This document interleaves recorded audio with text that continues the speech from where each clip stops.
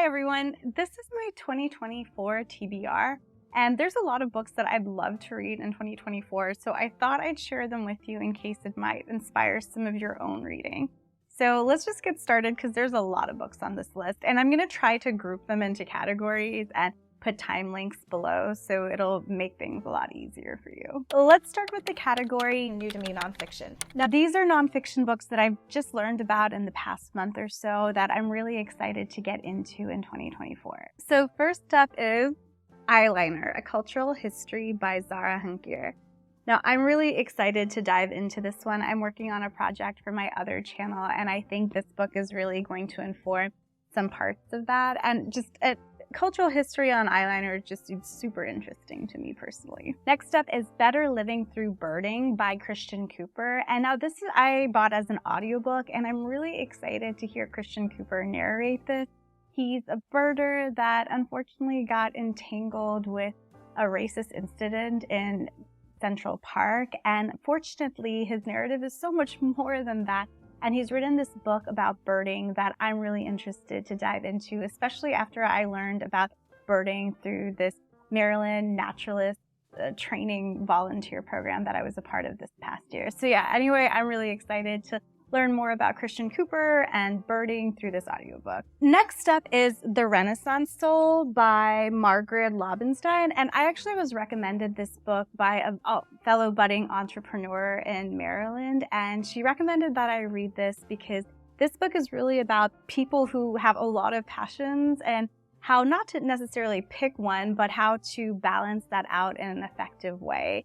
So this is the self-help book that I'm excited to read in 2024. Next up is Queer Ducks by Elliot Treffer, and I actually found out about this book through a friend from high school. I saw her post about it online. She's a literacy specialist, that's what her doctorate's in, and this book seems super intriguing to me.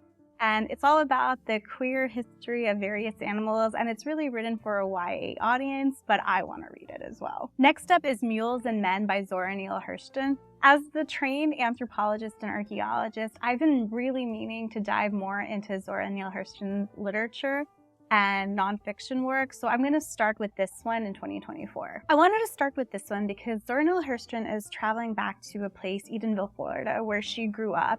And here she's going to collect oral histories and examine sermons and songs, especially those she remembered growing up. And I've heard so many great things about this book, and I'm really excited to read it. The next category is nonfiction, but these are rereads. Now, these are books I read before, but I want to read again. And I actually struggle with rereading. As a slow reader, I don't find myself making that much time to reread books that I've enjoyed in the past. So I'm taking baby steps here. And all my rereads, all two of them, are nonfiction. The first one is Mothers and Others by Sarah Blaffer Hrdy. And I actually read this in graduate school from start to finish, and I still have my post-it notes in here. And I've been meaning to revisit this book, and I actually bought it as an audiobook. Now, this book had a huge impact on me in graduate school, and it wasn't just her perspective on our human ancestors and their relationship with child rearing and development. It was her writing style. I found it to be quite scholarly, but also quite accessible. So yeah, I'd love to experience this again and listen to it as an audiobook and read along as well. My next reread is Design Justice by Sasha Costanza-Shope. And I actually read this after I had finished my PhD, and I was a life design educator, and we were learning about the world of design thinking and different frameworks. And this came up in one of our trainings, and I read it quickly at the time, and I really want to go back and read this. And also, if you're interested in reading this book, it is freely available to download online, and I'll include a link below. Now, moving right along, there are a couple books that people are buzzing about that I'm also quite curious about. And the first one is the Encyclopedia of Fairies by Emily Wilde. And I know the second book's already out, but I really would like to try out the first book because I've heard so many people talking about it. And I was really into fairies in middle school and high school, so I feel like I owe it to my younger self to try out this book. Now, the next buzzing book on my list is The Adventures of Amina al-Sarafi by Shannon Chakraborty. And this book is about a female pirate in the Indian Ocean and basically what she gets up to. And she had the female pirate in the Indian Ocean. So I bought this as an audiobook and I'm really excited to dive into it. Next up are the new releases in 2024 that I'm really excited about. First up is The Foxwife by Yangsze Chu. Now, I'm a huge Yangsze Chu fan. I love The Ghost Bride, I enjoyed The Night Tiger, and she does such a wonderful job of scene setting, especially in various Asian countries where her works are primarily based. So I'm excited for this one. Next up is Tales of the Celestial Kingdom by Su Lin Tan. And I absolutely love the Celestial Kingdom duology. And I was really sad when it was over. But then I got really happy again when I found out that Su Lin Tan wrote this kind of 2.5 sequel, where it's made up of short stories and you get to revisit some of the characters that we all loved in the Celestial Kingdom duology while also meeting some new characters. So I'm really excited about this book.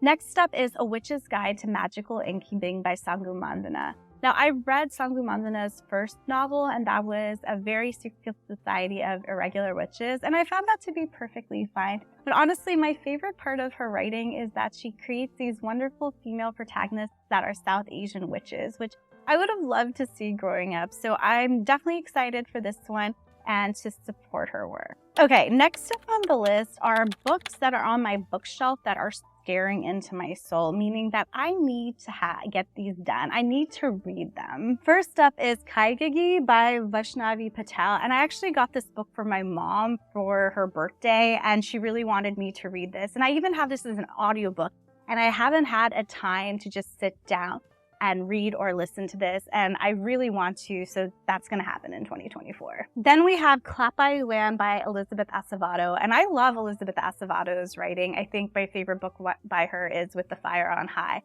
Now, I started this as an audiobook, but then I came to realize that I'd love a physical copy and I actually want to read this. So even though I have the physical copy, I haven't read it yet, and I really want to. So this is happening as well. Next on this list is Frog in the Fall, and this is a gorgeous graphic novel that I have this vision of cozying up to with some tea, some cookies on a night where my husband might be out of town or working late and my kids in bed.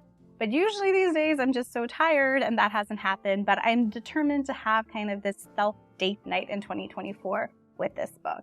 Next up is When I Sing Mountains Dance by Irene Stola, and I actually heard about this book through a friend on Instagram, and she found it to be super joyful and uplifting, and I was so curious about it, so I bought it, but I have not had a chance to sit down and read it. I've even taken it on travels with me, but I haven't managed to read it, but it's going to happen in 2024. Next up is Disappearing Earth by Julia Phillips, and this book was actually a gift from my husband a couple of years ago, and I haven't managed to read it yet. So again, this is on my list for 2024 to finally read. So in the theme of my bookshelf, there are also some audiobooks that are just chilling in my Audible that I'd love to listen to this year. First up is The Witch's Heart by Genevieve Goranchuk, and this is a Norse mythological retelling that's been just chilling in my Audible that I'd love to get to this year. Next up is There by Tommy Orange, and I've been meaning to listen to this book for a while now, and this book actually follows 12 characters from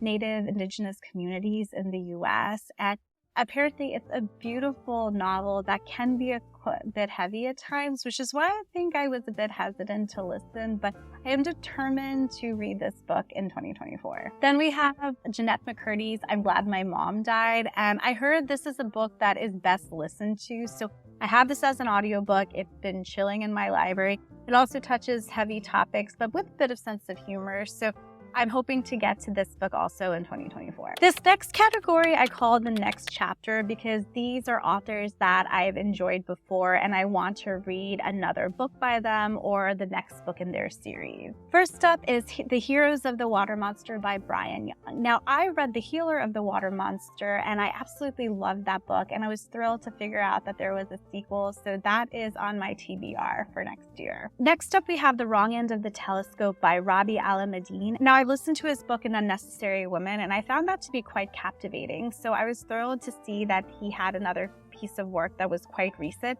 And this story centers around an Arab American trans woman as she journeys among Syrian refugees in the Greek island of Lesbos. So yeah, I'm really excited to listen to this one. Next up, we have Murder in Mesopotamia by Agatha Christie. Now, I'm an archaeologist and I have been meaning to read this book, so it's just gonna happen this coming year. All right, so the last category is books on writing. I'd love to do a bit more writing this coming year and actually venture into trying out different genres. So I found a couple books that might help me along with my journey. So first up is The Anti-Racist Workshop, How to Decolonize the Creative Classroom by Felicia Rose Chavez.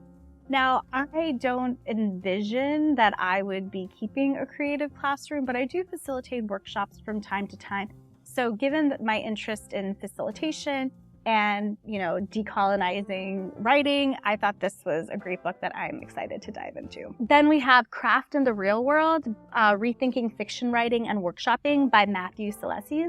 And I've heard great things about this book, and I'm just excited to dive into this and see his perspective on fiction writing and what we can do to make it more inclusive. Next up, we have How Dare We Write, a multicultural creative writing discourse by Sherry Kwan Lee. This book is a collection of lyrical essays answering questions that creative writers might be encountered with, like, what does it mean to work through resistance from supposed mentors, to face rejection from publishers and classmates, and to stand against traditions that silence you? So I'm really excited to read this and get her perspective. I'm sure it's going to be quite thought-provoking. So that is my 2024 TBR. There are obviously a lot more books on my overall TBR, but these are the ones that I'm really hoping to get to in 2024.